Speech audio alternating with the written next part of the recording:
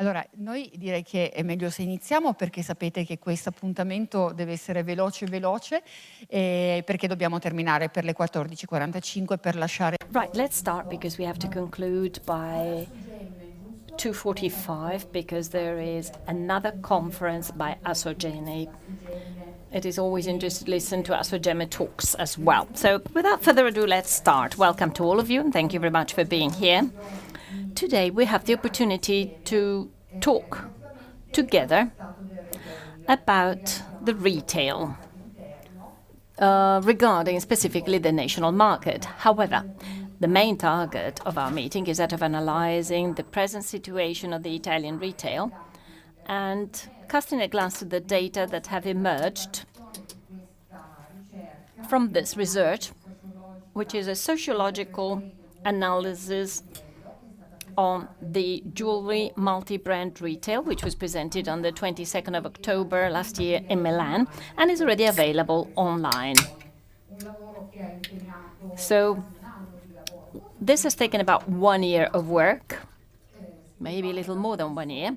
It has been developed by Professor Marco Petroni, sociologist, Professor Alba Cappelleri, Director of the Department of Jewelry Design at the Politecnico in Milan, with the cooperation of Club Degli Orafi, Federpreziosi Confcommercio, Federorafi Confindustria, and Associazione Orafa Lombarda.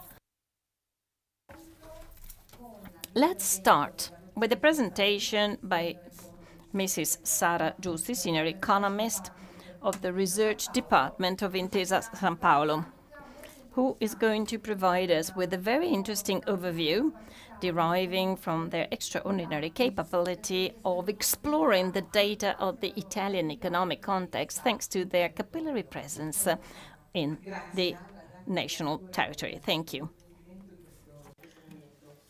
Thank you so much. Well, in the wake of what we heard yesterday and the current scenario, I think it is extremely important to be able to read this industry across all its supply chain, production, all the way down to distribution. As for production, we tend to be helped by stats. Periodically, we get international trade data. We know exactly the export number on this industry, but we will try to share with you the data in terms of retail, the drivers that are guiding this industry. Let me start with the structural data. What we did was to look at local units data. They tend to be a bit more than businesses. They look at places where there is production. If a business has more stores, you have to count all of the stores. So this data is a bit higher, and the number of headcount. The message, once a distinction has been made, is to see the weight of retail on the supply chain. Half of headcount is working in retail.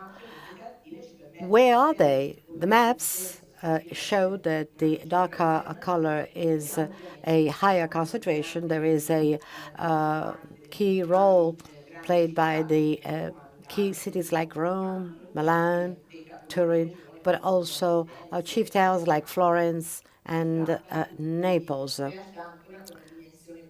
They have still a limited dimension or size.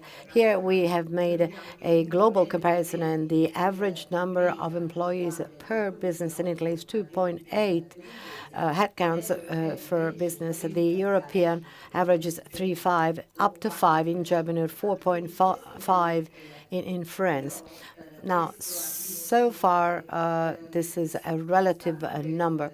But this kind of thing also points to an important weight of Italy in this context. 1/4 of the total amount of businesses are based in Italy. Lower concentration, but higher overall weight against the European scenario. Now, this lower number changes territory by territory. look at the first 20 provinces by size, well, you find comparable realities with the European average. The color of bars distinguishes the macro geographic areas. The Mezzogiorno, the south area, is not amongst the first top 20 provinces. There's a strong link with the tourism centers. We have the big centers I just mentioned, but also these. So there is a definitely a remarkable link with the supply chain. Sara, let me interrupt you for 1 second. President Stefano Andreis, President of Federpreziosi Confcommercio. Do you share this macro scenario, idea from this provincial reading? Do you support this? Well, absolutely. What we see, especially up in the north, in the northern areas, there is quite a broad size. We have invested in tourism in that case. And we may see that later on in a minute. But what this makes it is that our way of working and our frame of mind have changed. In a minute, we will look at that, and dig into this. You mentioned one interesting thing. Yes, as I was saying, what you can surely see outstanding is the influence of regions investing in tourism that is mainly weighing and bearing on where, jewelry is investing. We have to move towards the world of tourism. To get that kind of tourist, we have to work. And we have to get ready also to achieve this target with appropriate projects, well qualified. We also said that the special government regions are all well positioned. Now, this proves that whenever there is a capacity of generating ideas and proposals, companies do work much better. The regions with special governance have also contributions when it comes to investments. We mentioned the Olympic Games. Well, I said that in Trentino region, there are major supports, up to 90% of backing for those working in the tourism-related facilities. The juror make him invest in himself, but after dinner he may go out with the companies selling garments to propose a fashion show, wearing his jewels. It is the retailer who goes out with a client, and a client who is very happy, on holiday in a wonderful facility, wonderful place, in a fragile, economically speaking, kind of setting, tends to be very much, exposed to selling in the best possible conditions for him to be involved and implied in the best possible way to to achieve the sale.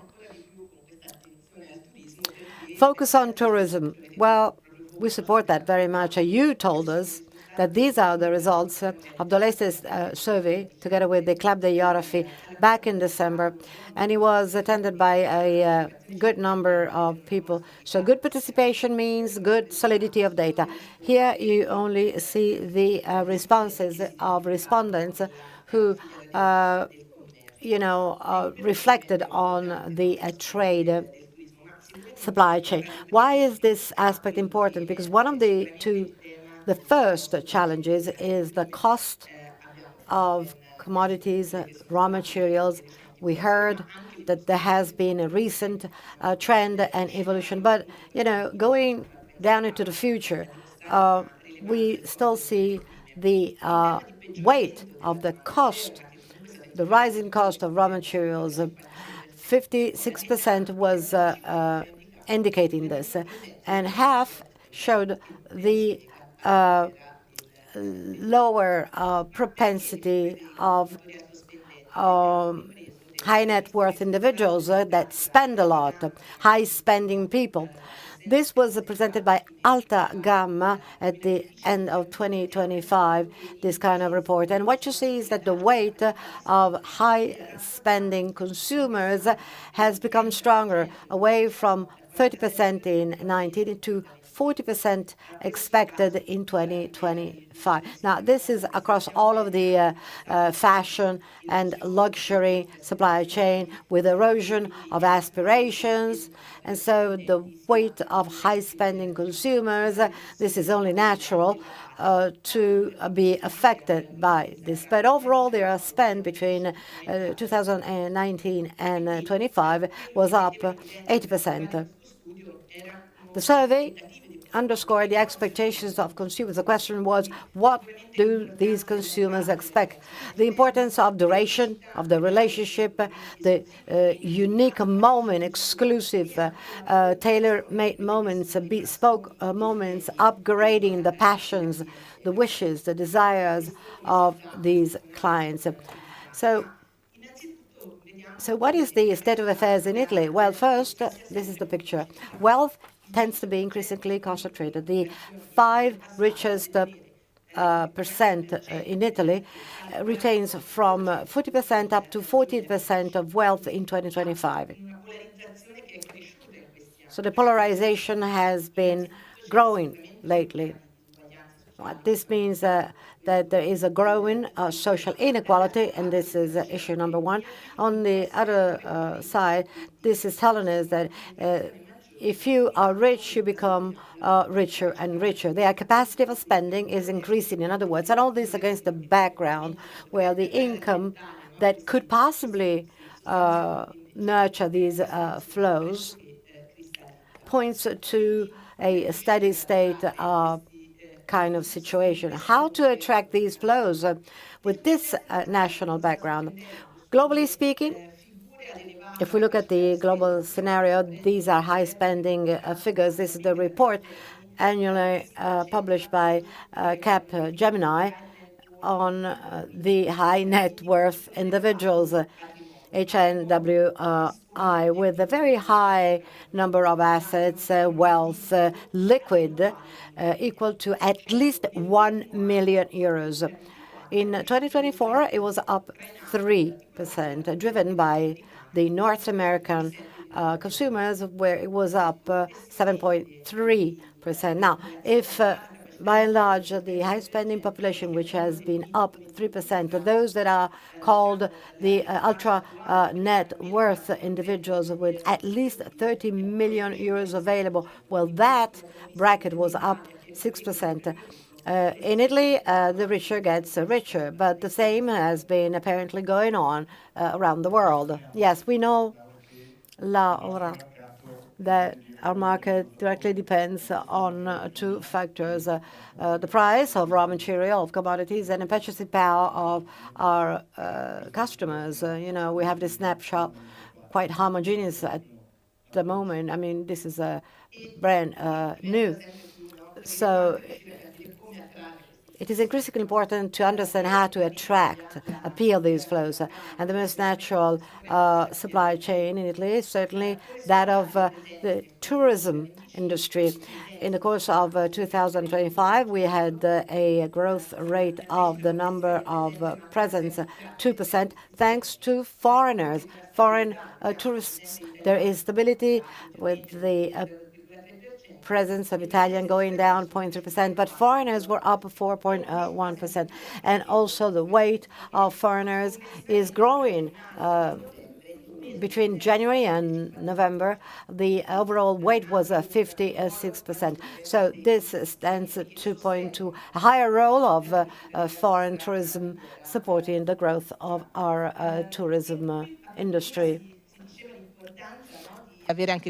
So we were talking about the importance of collecting this data thanks to interviews we do with all our colleagues and managers along our network, the people who have a daily contact with companies. And we've tried to see which elements can guide the touristic industry. Which are the accelerating elements and which are the brakes? So there is a clear-cut distinction, as if it was not possible to understand which is more relevant. So these are all rates greater than 60. And once again, we can focus on the presence of foreigners, overnight stays or foreign tourism, events, and high-spending tourists, where we have this 62, which is clearly superior to the mere description of this as an accelerator. So we are talking about tourism because retail is strongly related to tourism. And we see in the retail of made in Italy items that the tourists come into Italy seeing our window cases. We have 13,000 window cases at national level. Imagine these 13,000 window cases made in the best possible way to attract customers versus inadequate ones. I mean, we are the ones who need to welcome tourists because this is the word of mouth for Made in Italy. So the value which is given to exports never explains how much tourists take home after shopping in Italy. So we sell for a very high value. And I'm asking Laura for her next surveys to take this into due consideration because it is a fundamental value. And we need to take on our responsibility in getting ready, welcoming these customers. We must be ready to talk to them in their language. We must be ready to present our jewelry with the feelings and the emotions. This is the link connecting production with retail. I mean, I receive instructions from those who produce a ring, and then I transfer this information to the customers going to wear the ring. So in retail, made in Italy items can have a significant effect on export, also when these items are bought by tourists coming to Italy.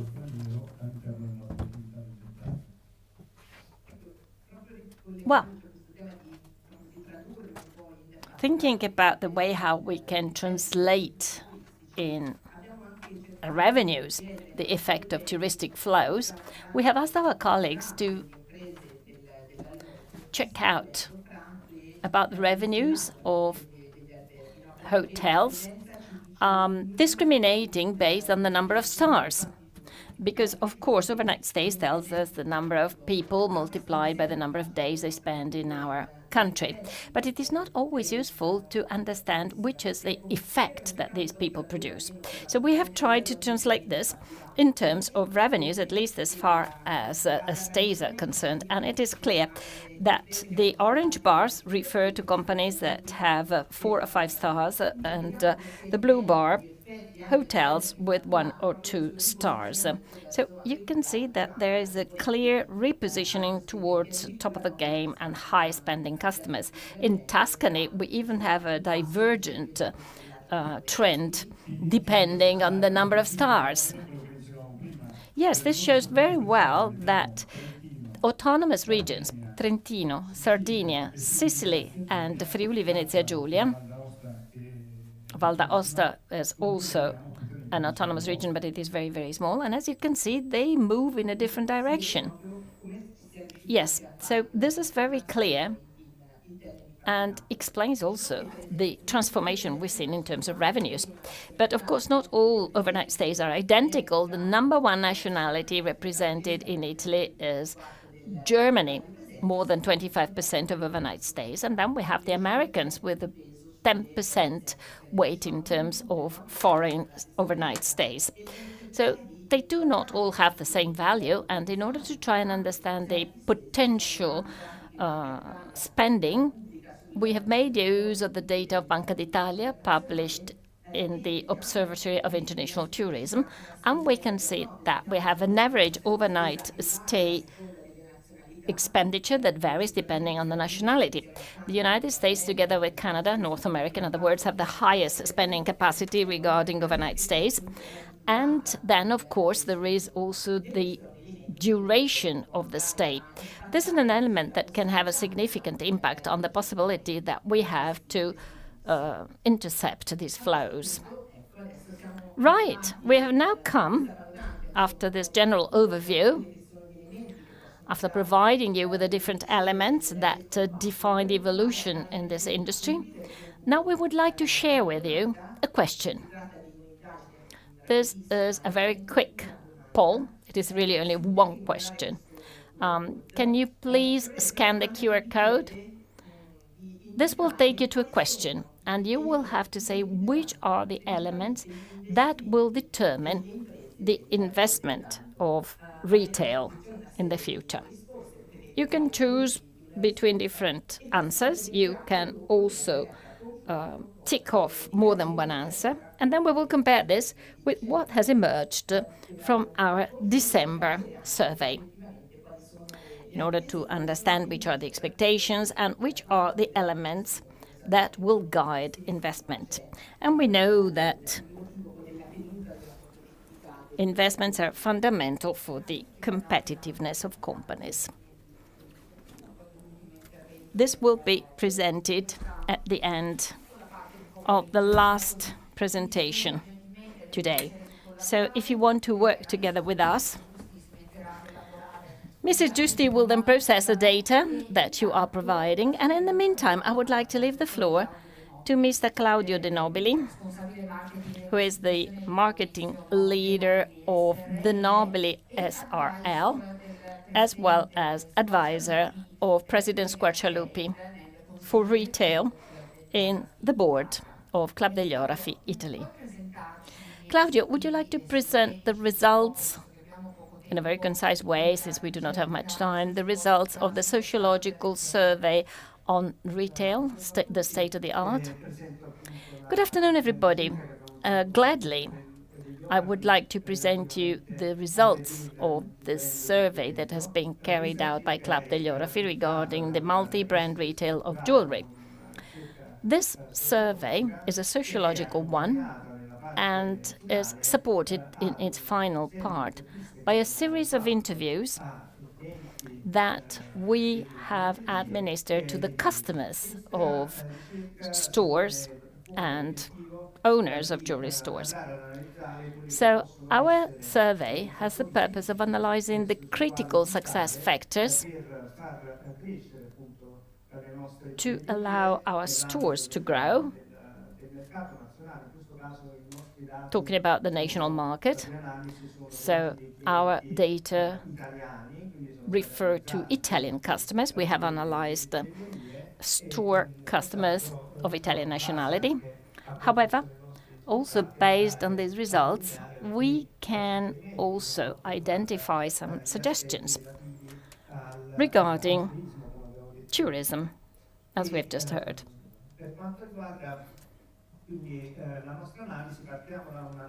So we have started with an analysis of the present situation, which is characterized by the presence of multiple crises. It is a very complex scenario, a polycrisis we like to refer to, since the market is characterized by a decrease in domestic demand and geopolitical uncertainty.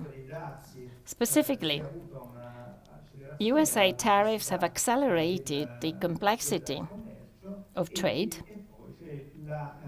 and on top of this, we got the issue of inflation. We know that in general there is inflation, but in our industry, inflation is particularly significant. An approximate estimate of the growth of gold in the last 2 years shows a plus 38% on average, which has led to a consistent increase in the sales prices, consumer sales prices of our products. And here we have the first practical indication. What can we do in our point of sale? We can check our stocks, and we will realize that many of the products that we had selected to identify a certain target of customers have changed because the price range has increased. It is a higher price range today. Therefore, it is necessary to reposition the prices of our products, selecting companies and products to be sold in our points of sale that can meet the needs of a specific demand. In other words, we need to communicate the growing value of jewelry, but we must also be concrete and practical and not forget that very often people buying in our stores buy for a specific occasion, be it a christening, a Holy Communion, where people have a precise budget in mind, and where it is very difficult to persuade a customer the fact that the value of gold has increased and therefore it is necessary to spend more. So we run the risk of losing these customers that would then turn towards other items different from jewelry. Regarding the new preciousness,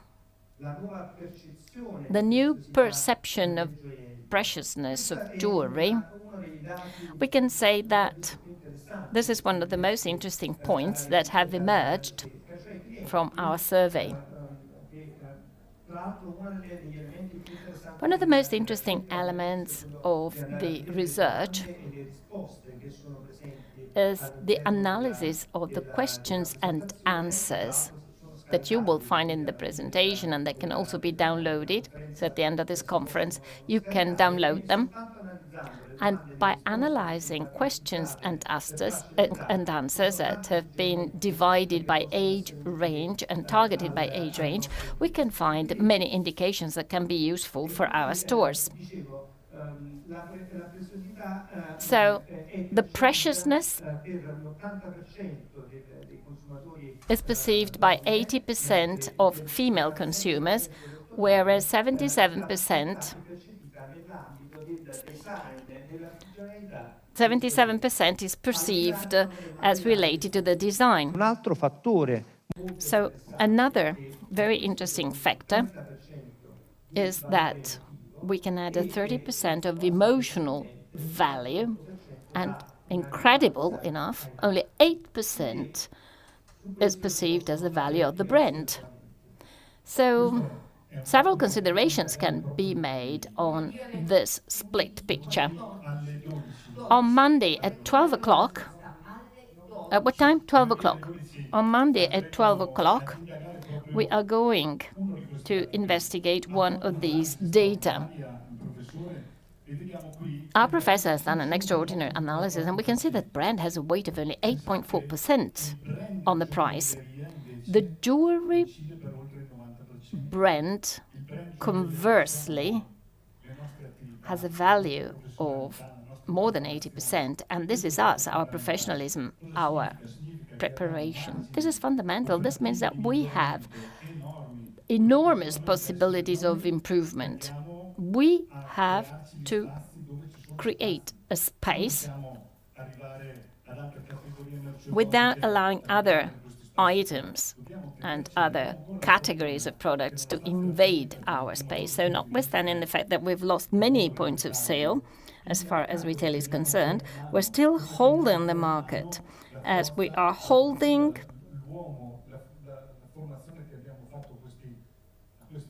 the human side thanks to the training we have provided to our sales force. So let's concentrate and work on this. This is something extraordinary that you have explained very, very well. And then again, regarding another consideration on this data, we can say, as Professor Capellieri noted, that the jeweler, the manager of the point of sale, can be viewed as a curator. So our stores are like art galleries, and we have to present our products with the right positioning, with the right targeting, analyzing the requests made by our customers, and developing a story, a narration, a narrative in our store that can elicit emotions, that can transfer an image which is consistent from one window case to the next. And considering tourism as well, because there are many interesting aspects in this respect. For instance, the development in the point of sale, especially in those stores that are exposed to a high number of tourists, presenting messages that can highlight and valorize, enhance the value of local craftsmanship. So every Italian region is characterized by style elements and precise processing techniques that are different from one region to the next. So this could be an opportunity to further investigate these aspects in order to prepare a very clear proposal in our stores. Sorry if I interrupt you, but the folk team, which is a connection of the territorial style with the jewelry, has also emerged in one of our updates in the marketing field, because the youngest international generations value the connection with the local costumes and styles.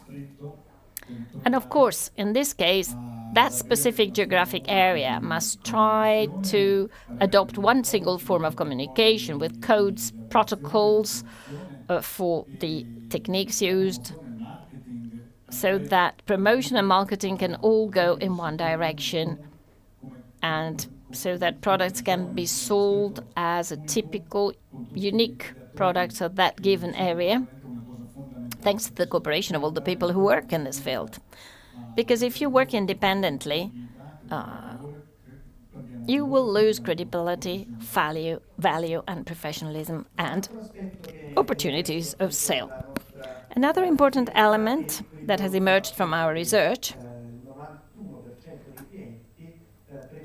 explains that 91% of customers prefer to buy in a physical shop.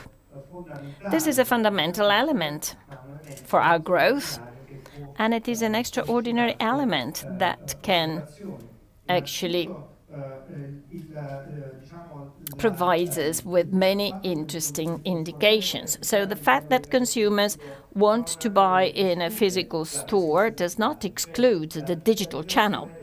Digitization must grow in parallel. The point of sale can become an integration of the digital store. And in this way, it can also create a physical relationship in the point of sale that can then continue in the digital world in a consistent way. Last year, we had a talk with a communicator who highlighted how important it is to communicate on the web and to sell in the physical store, because in this way you can sell an emotion, and this is fundamental. So the retailer becoming the curator rather than the salesman, the curator and the storyteller. So the store manager is no longer concentrated on presenting the technicalities of the piece of jewelry, carats and characteristics, but rather the storyteller of the brand and somebody who can transmit the emotion of the jewelry and can also explain where the jewelry comes from, which are the inspirations, where the jewelry was made, who made it, All these elements are greatly appreciated and valued also by the youngest generations. Regarding the point of sale, this is the relevance again of the salespeople and of the store manager. As much as 83% of women and 75% of all clients come back to the jewelry store because they trust the store manager, which means that the store manager has a key role. He's got to be a storyteller and understand his customers' needs and build a long-lasting relationship, and not to focus on the individual sale, but to create relations and act as a consultant and advisor to the end customer. Our customer is a cyclical person. We conquer him, when they are young, then they get married, so there's the wedding band and offspring and gifts, presents. We need to create a synergy, and not just trust, but much more. Loredana has really churned out hundreds and hundreds of gemologists. The gemologist should be someone considered, really appreciated, a moment of conversation with the jewel manager, because this will become the protection of the buyer. We tend to buy the jewelry and ask for the certificate. We don't even think of a gemologist. Talking with the gemologist is fundamental, and he's the only one to tell us really the characteristics, the cuts, how to tell the story of the jewel. He's the only one who can tell us all these things to explain the stone, the gem. Now, we have natural, synthetic, treated gems. We need to be able to meet and satisfy this demand. Not to meet a demand is providing poor professionalism. And this is really extremely important and influential in your relationship with your customer. The other thing that has come out is the importance of the point of sale, which can grow sales. Roughly 40% of sales are estimated to be poised to be grown through a point of sale which is built appropriately and is therefore capable of convey, transmitting, engendering emotions, creating a journey of product presentations. How? Through the emotional marketing, be it music, fragrances, design, but also very much by creating a digital links that may lead to digging deeper into the insights of the product. The client may try the product, but at the same time see how it was made, where it was made and manufactured, and what kind of gems and gemstones have been used. Hence the importance of digital challenges.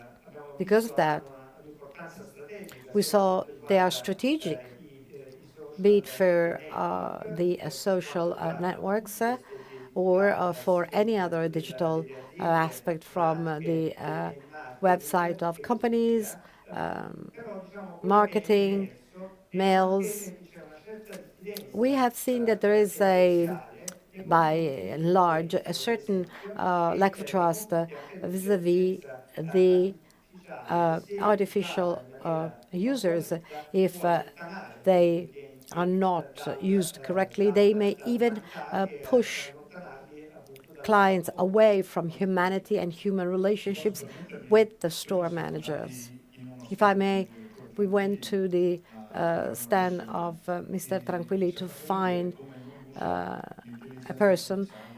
He showed us how he uses this program of AI to exhibit, to show a product, a bracelet with stones to a client. He showed us how can gems be replaced on this bracelet, made bigger or smaller. It's instantaneous intervention that I have perceived really amazing. So if you're not used to this, you can imagine how impressive this may be, the level of professionalism that is showcased with a PC when we,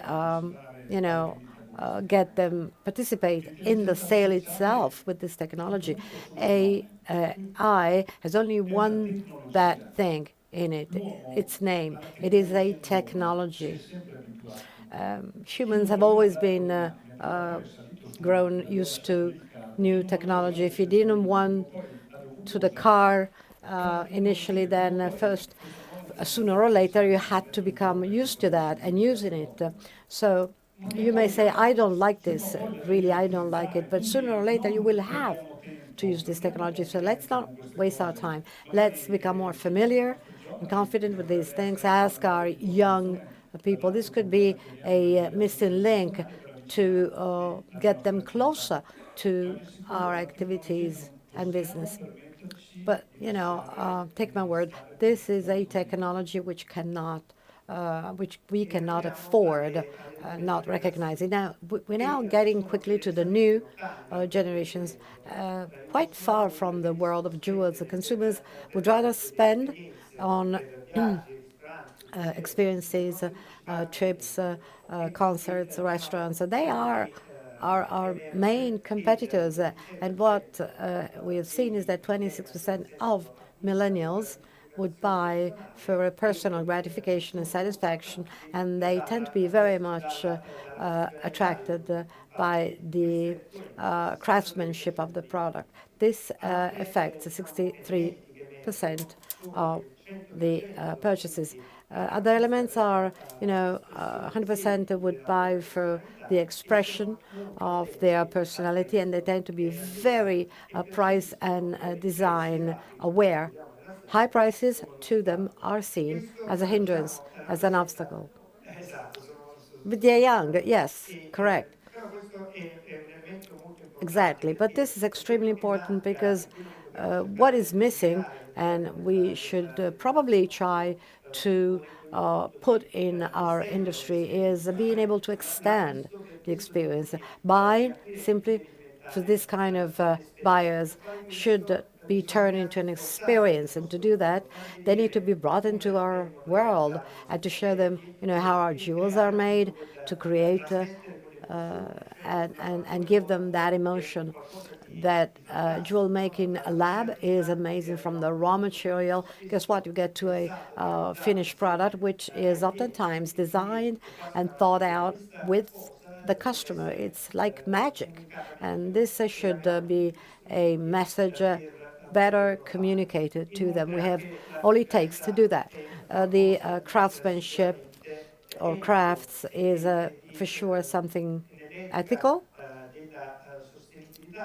And thinking about sustainability, which is one of the other key issues that is increasingly demanded strongly by young consumers, while capitalizing on the possibility of producing locally in the community and to come up with products that are made in Italy in full respect of all the individual stages of the supply chain when making the jewel, in the respect of environment, is all aimed at providing all the guarantees that regard the supply of commodities and raw materials originating from certified sources. So the sourcing is key. And as we were saying yesterday, we were talking about, supply of raw materials coming from a circular economy. Gold, silver, bought in Italy, in other words, from companies that retrieve them and source them from the industry, thus reducing environmental impact.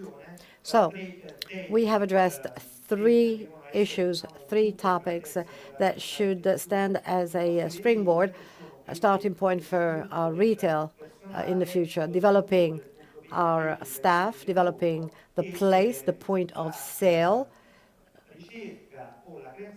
and looking for or creating products that have a new value, capable of conveying, transmitting our story, crafts, and identity. These being the three key words of this edition of Vicenza Ora: people, products, and places. Thank you so much, Claudio. Maybe you want to skip on to the QR code.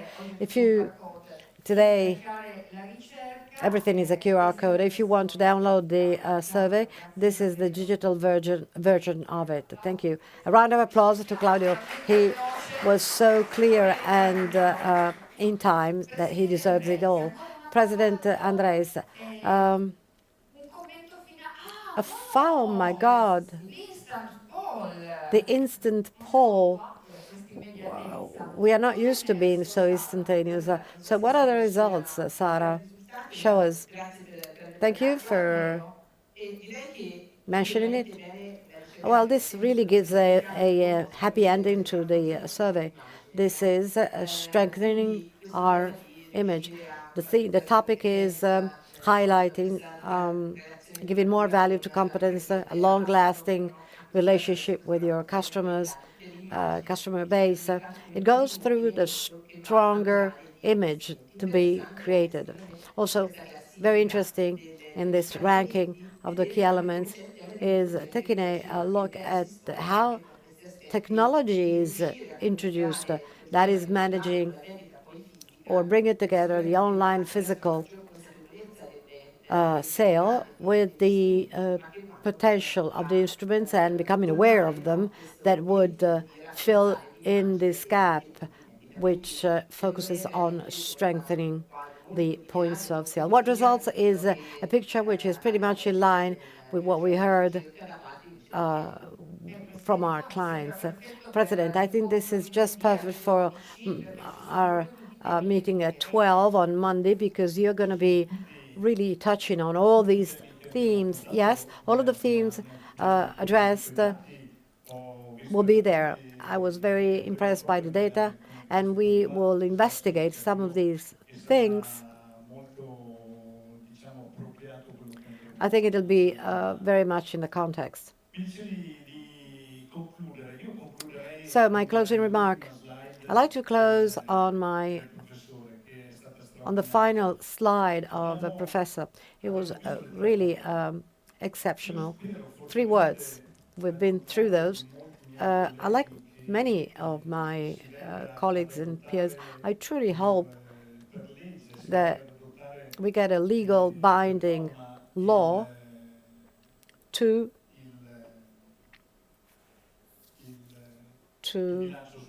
adopt a sustainable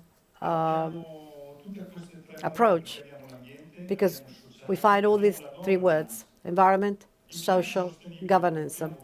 A sustainable balance is not simply about not polluting.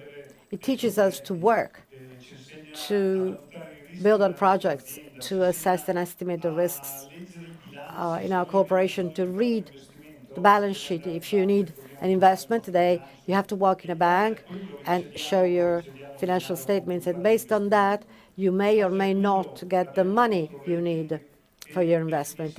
Based on that, we get our rating, which defines our involvement. Based on what is social, we will treat our collaborators, co-workers as part of our company and our employees, getting us further on. Based on that, we will dispose of things that need to be disposed of in the environment. These are the things that will teach us to work. Let's be strong on our feet, pragmatic. The leeway for improvement is, to say the least, huge. Let's investigate and do projects on this, and you will see that we still have a lot of room for maneuver to have more success, for sure. But, President, may I add, I came out with my first sustainability report back in 2007. It was exceedingly complicated. One of the big four had to be taken out. Today, now, and I strongly recommend this to you, if you are scared about the sustainability report, now do go on the internet and Google it with simple schemes, and you will discover that we all already have all it takes to create a sustainability report for a good reading, which will help us as corporations to understand things better. And second of all, to prepare a document, a report, which will become increasingly essential. Don't get scared. You can really do that in a painless way, to say the least. So with that, thank you very much for your time, your patience in this post-lunch time schedule. Thank you. Thanks to the speakers, Sara, Giusti, Stefano, Andreis, Claudio de Nobili. Again, heartfelt thanks, and so I'll see you all midday, 12 o'clock on Monday. Thank you.